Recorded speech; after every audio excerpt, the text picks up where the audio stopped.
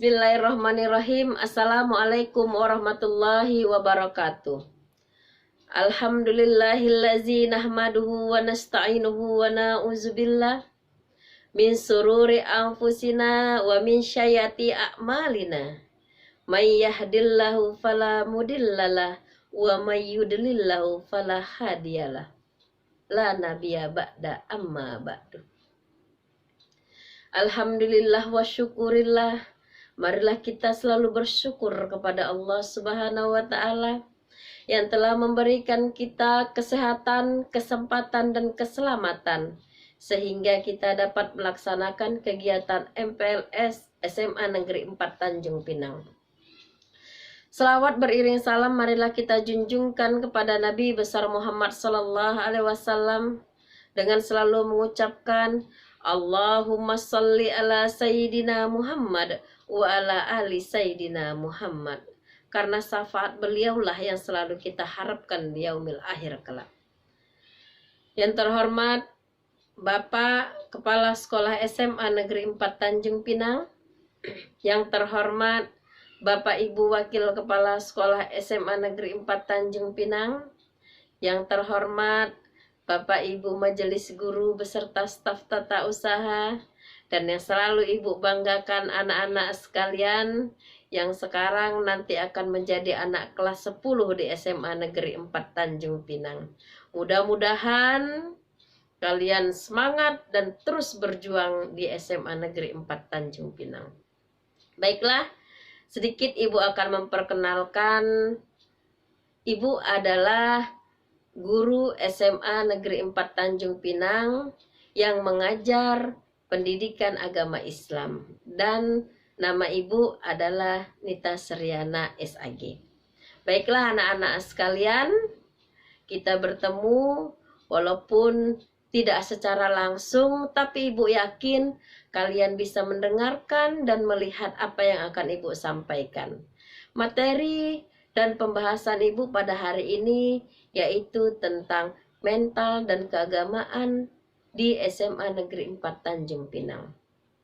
Anak-anak sekalian, program pembinaan mental dan pendidikan agama Islam di SMA Negeri 4 Tanjung Pinang meliputi satu kegiatan ekstrakurikuler.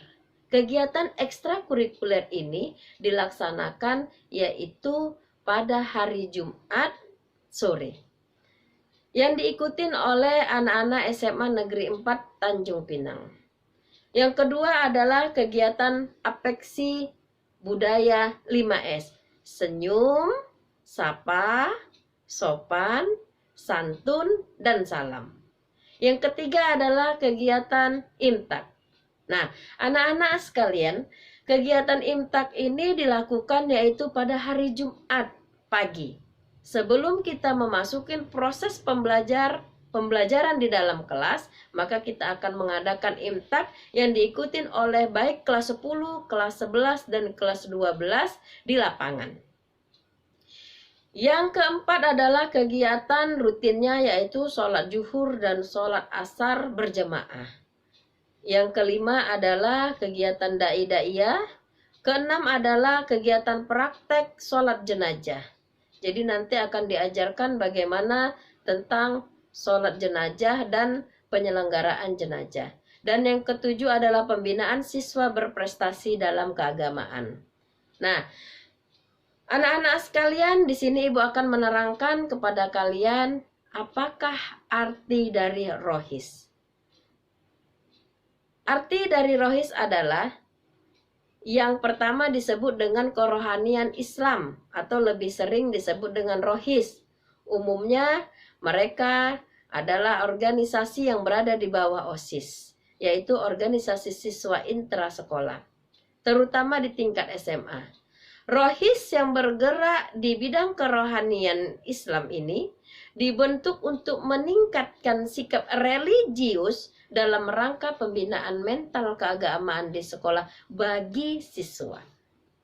Nah, rohis adalah unsur yang berkenaan dengan kerohanian yang ada pada jasad manusia. Rohis berasal dari kata rohani dan Islam yang berarti adalah sebuah lembaga untuk memperkuat keislaman. Jadi rohis biasanya dikemas dalam bentuk intra maupun ekstra di sekolah. Nah, rohis adalah kependekan dari rohani Islam yang berbentuk organisasi yang terdapat dalam sekolah di mana muatannya tentang agama, merupakan pelajaran tambahan untuk menambah pengetahuan bagaimana tentang agama Islam yang sebenar-benarnya, baik itu di dalam pelajaran maupun di luar pelajaran. Untuk apa anak-anak? Untuk membina mental siswa kalian. Nah, kemudian apa saja tujuan-tujuan dari rohis? Apa saja tujuan-tujuan dari rohani Islam tersebut? Yang pertama adalah memberikan sarana pembinaan, pelatihan, dan pendalaman mental dan agama bagi para siswa, agar dapat mengkomunikasikan ajaran agama yang mereka peroleh dalam bentuk akhlak mulia. Jadi anak-anak, akhlak mulia itu sangat diperlukan dan harus kalian milikin. Nah, yang kedua apalagi? Yang kedua adalah membentuk kepribadian muslim yang representatif dalam upaya kaderisasi dakwah Islam, sehingga kalian mempunyai bisa mensyiarkan agama Islam lebih lagi. Dan yang ketiga adalah memperkokoh keimanan kalian anak-anak. Bagaimana keimanan dan ketakwaan kalian kepada Allah Subhanahu wa taala, dan dengan cara kalian bisa melaksanakan perintah Allah dan selalu menjauhi segala larangan yang telah dilarang oleh Allah Subhanahu wa taala.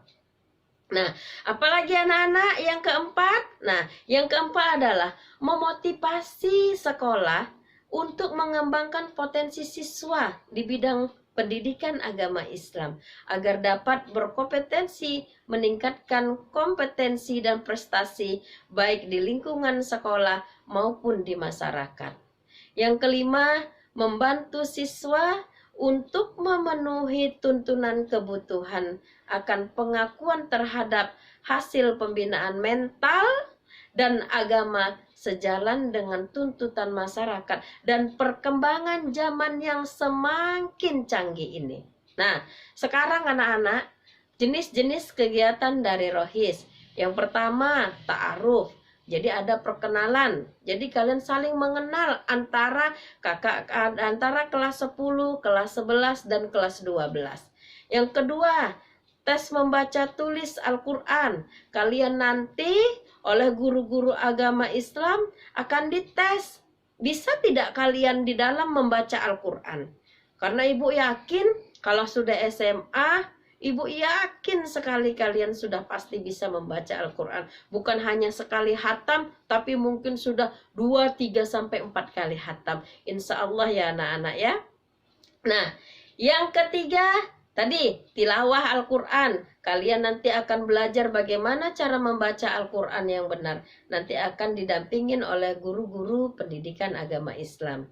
Yang keempat, latihan kader dai-daiyah, bagaimana kemudian kalian menjadi khatib bagi yang laki-laki supaya kalian bisa nanti terjun ke lapangan. Yang kelima adalah pesantren kilat yang biasanya setiap tahun kita laksanakan pesantren Ramadan. Walaupun kita sedang dalam masa pandemi, tapi alhamdulillah kita telah melaksanakan pesantren Ramadan secara daring. Yang keenam adalah tadabbur dan tafakur kepada alam. Yang ketujuh, selalu memperingatin hari-hari besar Islam. Dan 8, bakti sosial 9 pentas seni Islam.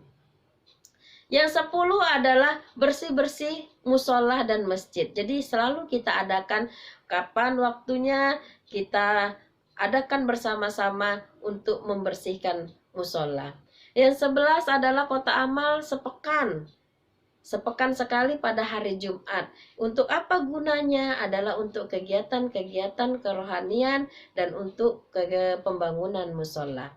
Yang ke-12 adalah wisata rohani yang insya Allah akan kita adakan walaupun hanya sekitaran Tanjung Pinang saja. Tapi kalau sudah tidak pandemi.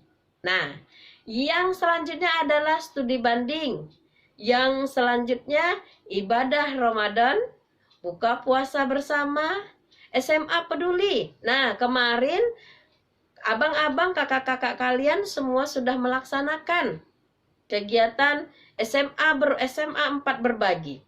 Alhamdulillah banyak sekali antusias dari warga sekolah sehingga kita bisa mengumpulkan dana dan bisa kita berikan kepada orang yang berhak untuk menerimanya.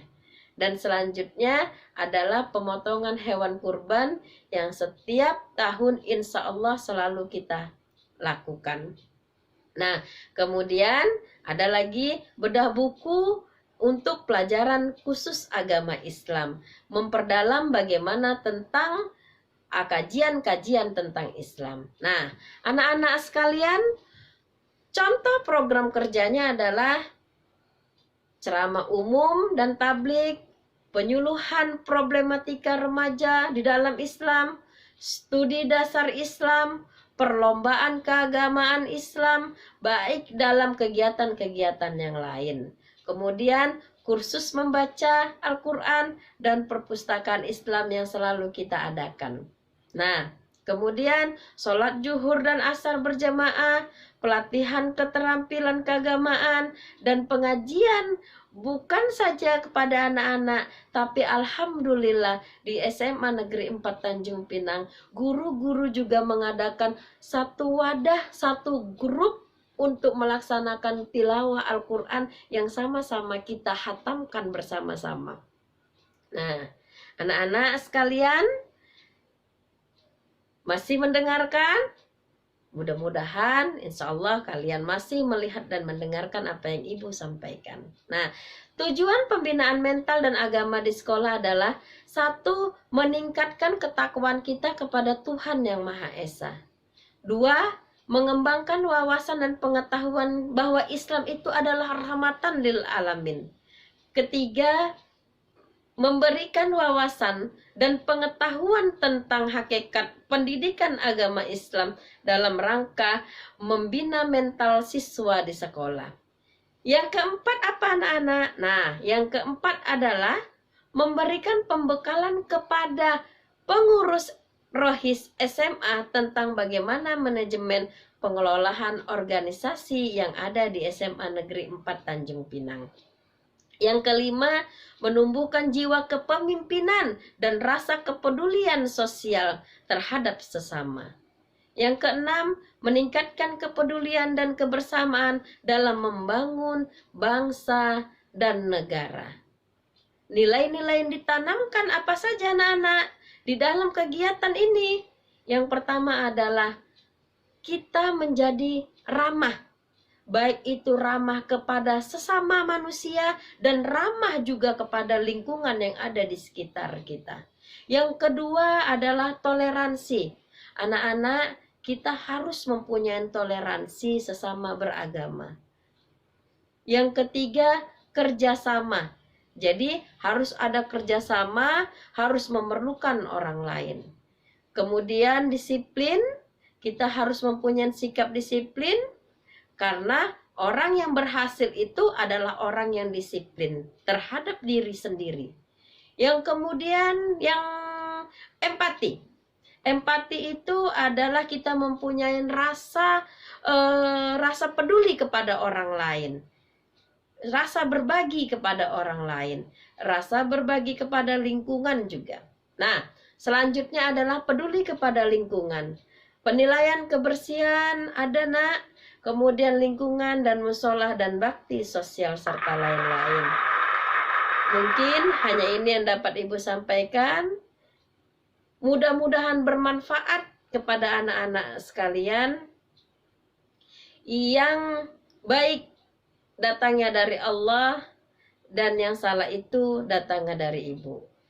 Dan Ibu akhiri sampai di sini dan sampai kita berjumpa lagi untuk bisa bertatap muka seperti semula sedia kala. Ibu akhiri, wabillahi taufiq wal hidayah. Wassalamualaikum warahmatullahi wabarakatuh.